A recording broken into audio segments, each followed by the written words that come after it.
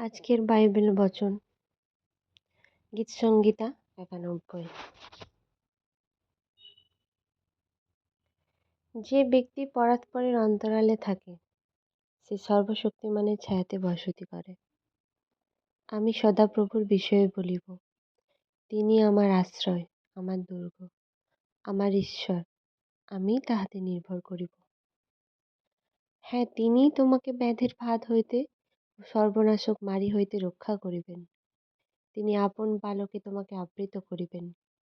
তাহার পক্ষের নিচে তুমি আশ্রয় পাইবে। তাহার সত্য ঢাল ও তনুত্রাণ স্বরূপ। তুমি ভীত হইবে না রাত্রি ত্রাস হইতে, দিবসে উড্ডীয়মান স্বর হইতে, তিমির বিহারী মারি হইতে, মধ্যাহ্নের সাংঘাতিক ব্যাধি হইতে। পড়িবে তোমার পার্শ্বে ১০০০ জন, তোমার দক্ষিণে ১০,০০০ জন, কিন্তু উহা তোমার নিকটে আসিবে না। তুমি কেবল স্বচক্ষে নিরীক্ষণ করিবে, দুষ্টগণের প্রতিফল দেখিবে।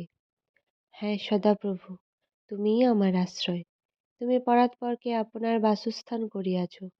তোমার কোনো বিপদ ঘটিবে না, কোনো উৎপাত তোমার তাম্বুর নিকটে আসিবে না। কারণ তিনি আপন দূতগণকে তোমার বিষয়ে আজ্ঞা দিবেন, যেন তাহারা তোমার সমস্ত পথে তোমাকে রক্ষা করেন। তাহারা তোমাকে হস্তে করিয়া তুলিয়া লইবেন, পাছে তোমার চরণে প্রস্তরের আঘাত লাগে। তুমি সিংহ ও সর্পের উপর পা দিবে, তুমি যুবসিংহ ও নাগকে পদতলে দলিবে। সে আমাতে আসক্ত, তজ্জন্য আমি তাহাকে বাঁচাইব। আমি তাহাকে উচ্চে স্থাপন করিব, কারণ সে আমার নাম জ্ঞাত হইয়াছে।